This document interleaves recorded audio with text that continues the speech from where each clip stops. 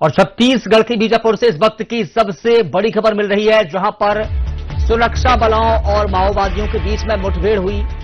इस मुठभेड़ में 12 माओवादियों के मारे जाने की खबर है। इस वक्त की सबसे बड़ी खबर आपको बता रहे हैं। बीजापुर दंतेवाड़ा सीमा पर यह बड़ी मुठभेड़, जहां 12 माओवादी ढेर हुए हैं। स्थल से एसएलआर और 330 समेत भारी हथियार बरामद हुए हैं। डीआरजी के 2 जवान भी शहीद होने की खबर है। एक जवान सोमदेव यादव भी घायल हुए हैं। प्रधान आरक्षक मोनू मंडावी डीआरजी, आरक्षक दुकारू गोंडे डीआरजी शहीद हुए हैं। सुबह 9 बजे से जारी फोर्स की निर्णायक कार्रवाई। आईजी सुंदरराज पी क्षेत्र में सर्च ऑपरेशन कर रहे हैं और ये ऑपरेशन उन्होंने तेज कर दिया है। अतिरिक्त फोर्स भी तैनात कर दी है। माओवादी के शवों की पहचान की प्रक्रिया जारी है। ऑपरेशन अभी भी लगातार जारी है। इस वक्त की सबसे बड़ी खबर आपको बता रहे हैं। साधना न्यूज चैनल आपको इस वक्त की सबसे बड़ी खबर बता रहा है। बीजापुर दंतेवाड़ा सीमा पर बड़ी मुठभेड़ हुई और इस मुठभेड़ में 12 माओवादी मारे जाने की खबर है और मौके से भारी मात्रा में हथियार बरामद हुए हैं।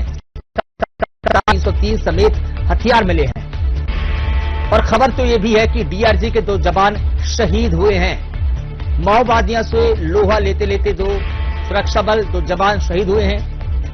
एक जवान सोमदेव यादव घायल हुए हैं। प्रधान आरक्षक मोनू मंडावी डीआरजी और आरक्षक दुकारू गोंडे डीआरजी जवान हैं, जिन्होंने मातृभूमि के प्रति अपना सब कुछ समर्पण कर दिया और शहीद हो गए।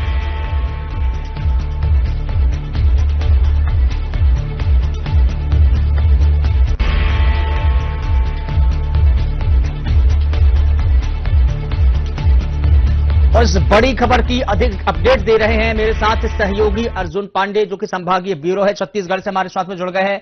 अर्जुन जी, इस वक्त की सबसे बड़ी खबर आपने बताई कि यहां पर बीजापुर और दंतेवाड़ा की सीमा पर बड़ी मुठभेड़ हुई है। 12 माओवादी मारे जाने की खबर है। 2 जवान भी शहीद हुए हैं। क्या बड़ी अपडेट है, विस्तार से बताइए दर्शकों को।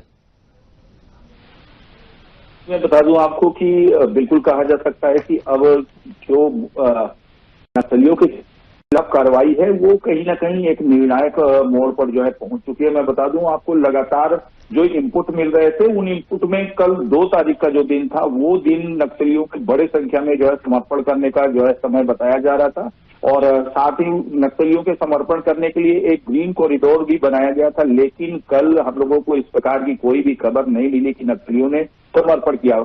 मैं आपको बता दूं कि आज सुबेरे से ही जो पुलिस जो है सर्चिंग के लिए निकली थी और जो डेली रूटीन की गश्त थी उस पर पुलिस निकली थी। वहां पे पुलिस का नक्सलियों से जो है मुठभेड़ हुआ। मैं आपको बता दूं कि इस मुठभेड़ में जब सर्चिंग अभियान चलाया गया तो लगभग 12 माओवादी कैडरों के जो है 100 अभी तक बराबर कर लिए हैं। मैं आपको बता दूं, साथ में ही एसएलआर सहित इन 7 राइफलें 303 बोर की जो राइफलें है वो भी जो है बरामद हुई है। मैं आपको बता दूं, एक अप्रिय जो है इसमें जो सूचना हम लोगों को मिली कि हमारे 3 जवान जो है वो शहीद हो गए और मैं आपको उन जवानों के नाम भी बताऊंगा। शहीद प्रधान आरक्षक सोनू वड़ावी डीआरजी बीजापुर, शहीद आरक्षक दुकारू गोड़े बीजापुर और शहीद जवान रमेश सोड़ी डीआरजी बीजापुर से जो है शहीद हुए हैं। एक जवान 2 जवान और हैं जो घायल हैं, लेकिन उनकी स्थिति वो बहुत बेहतर बताई जा रही है। लेकिन आप देख सकते हैं कि लगातार इन दिनों में किस तरह से जो है नक्सलियों का आत्मसमर्पण हो रहा है। वहीं कुछ ऐसे नक्सली हैं जो हथियार छोड़ने के लिए जो है तैयार नहीं हो रहे थे। निश्चित ही हमारे जो है जवानों ने उनके खिलाफ में कार्रवाई की और उन्हें मार गिराया। जी जी बिल्कुल, लेकिन देखिए खबर यह है कि 12 माओवादी मार गिराए हैं। क्या ये संख्या और भी बढ़ सकती है, क्योंकि अभी भी जो मुठभेड़ है वो जारी है? तो क्या हम ये मान के चलें कि जो माओवादी है और भी बड़ी संख्या में मारे जाने की आशंका है?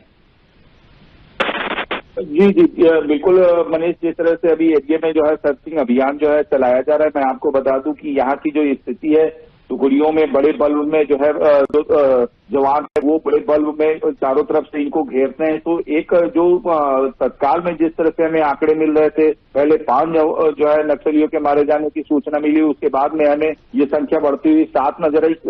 क्योंकि लगातार जब सर्चिंग अभियान चलते हैं तो बॉडियों को और जवान जब काउंट करते हैं तब उस समय में जब सर्चिंग की जाती है तब पता चलता है कि कितने जो है नक्सली मारे जा चुके हैं। मैं आपको बताऊं, अभी भी जो है सर्चिंग उस क्षेत्र में जो है चालू है और मैं आपको बता दूं कि सुरक्षा बल हमारे अभी भी मुस्तैद हैं।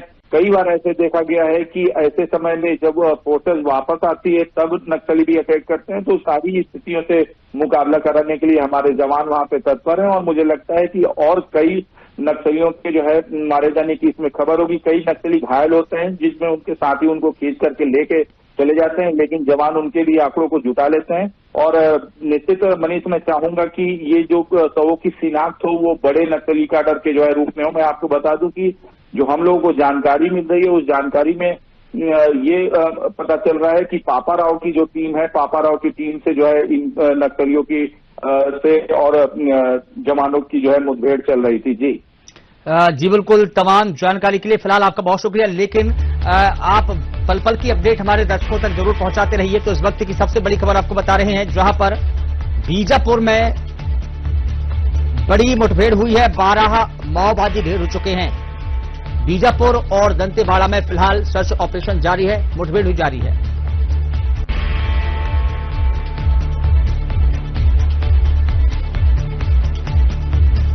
और बीजापुर से ही हमारे सहयोगी प्रसून शर्मा जुड़ गए हैं। प्रसून, इस वक्त की बड़ी खबर ये बीजापुर से मिली, जहां पर छत्तीसगढ़ में 12 नक्सली ढेर हुए हैं। डीआरजी के 3 जवान भी शहीद हुए हैं। इस खबर को लेकर क्या और अपडेट है?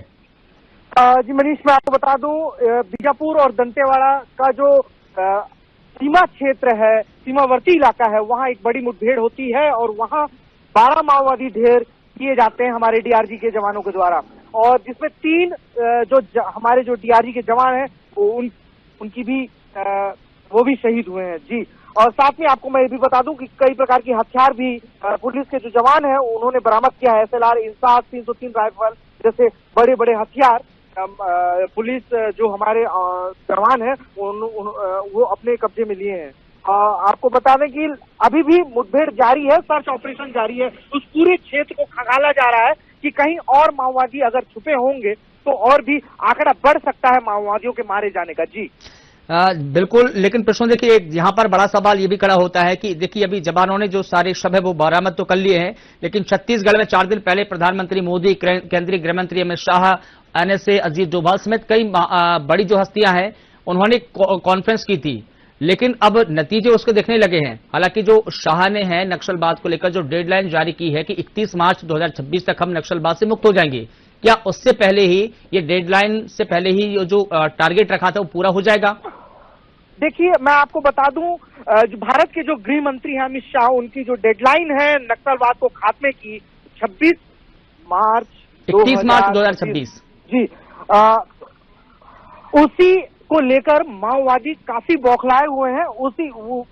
और लगातार जो पुलिस है वो ऑपरेशन जारी करके रखी है, लगातार ऑपरेशन कर रही है। और आपको बता दें, ये जो क्षेत्र है, जो बीजापुर और दंतेवाड़ा का जो सीमावर्ती इलाका है, ये केसकुतुल का इलाका है, वो उसके घने जंगल है और यह मोहन कड़ची का एरिया माना जाता है। साथ ही आपको बता दें, यहाँ पापा राव के भी सरेंडर की बात कुछ दिन पहले कही जा रही थी, मगर आज सुबह 9 बजे के आसपास एक बड़ी घटना पुलिस और माओवादी के बीच एक बड़ी मुठभेड़ होती है जिसमें हमारे 3 जवान शहीद होते हैं। जी, लेकिन देखिए एक और खबर आपको बता दें कि जब 18 नवंबर को जो खोखा नक्सली था हिडमा, वो मारा गया था, उसके बाद से ही ये कयास लगाए जा रहे थे कि अब नक्सलवाद पूरी तरीके से खत्म हो जाएगा। लेकिन जैसे जैसे नक्सली जो माओवादी हैं वो निकल कर आ रहे हैं और जवानों से मुठभेड़ कर रहे हैं, तो क्या ये उसी का परिणाम है या उनकी खींच है? एक देखिए, पुलिस कहीं भी अपने ऑपरेशन को रोक नहीं रही है। पुलिस का ऑपरेशन वो लगातार चल रहा है। हिडमा CCM मेंबर था, सेंट्रल कमेटी का मेंबर था। उसके अलावा भी कई छोटे कैडर के ऐसे माओवादी हैं जो लगातार अपने अपने क्षेत्र में सक्रिय हैं और अपने अपने क्षेत्रों में कई प्रकार की घटनाएं करते आ रहे हैं। वैसे ही ये जो क्षेत्र है, धर्मगढ़ का जो क्षेत्र है, यहाँ भी कई माओवादी हैं जो सक्रिय है। मोहनकर्ती का यह इलाका माना जाता है, उनका कोर इलाका माना जाता है मोहनकर्ती का। और आज सुबह जो जवान है, डीआरजी के जवान है, जिला बल के जवान है, STF कोबरा, ये जाते हैं 9 बजे माओवादी और हमारे जवानों के बीच मुठभेड़ होती है। और अभी भी आपको बता दें, सर्च ऑपरेशन जारी है, आंकड़ा बढ़ने की पूरी उम्मीद है। जी बिल्कुल, और चूंकि देखिए हिडमा को मारने की जो डेडलाइन थी गृह मंत्री शाह ने 30 नवंबर मुकर्रर की थी, लेकिन 12 दिन पहले ही मतलब 18 नवंबर को उसको मार दिया था। लेकिन जो उनका टारगेट है 31 मार्च 2026 तक का, इस हिसाब से अगर सुरक्षा बलों का जो सर्च ऑपरेशन है वो जारी रहा या मुठभेड़ जारी रही, तो मुझे लगता है कि 31 मार्च से पहले ही जो टारगेट है वो पूरा कर लिया जाएगा। देखिए, लगातार माओवादी भी अपील कर रहे हैं सरेंडर करने की। जो नीति है उसके तहत वो सरेंडर करना चाह रहे हैं। आपको बता दें, हम हिडमा के मौत के बाद एक माओवादियों की तरफ से एक प्रेस विज्ञप्ति जारी किया जाता है। उसमें साफ साफ कहा जाता है कि हम सरेंडर करना चाहते हैं, फरवरी तक का हमें समय दिया जाए। मगर पुलिस कहीं भी अपने ऑपरेशन को रोकने के लिए तैयार नहीं है और लगातार जो ऑपरेशन जा रहे हैं उससे माओवादी कहीं ना कहीं कमजोर पड़ रहे हैं, बैकफुट पे अब माने जा रहे हैं।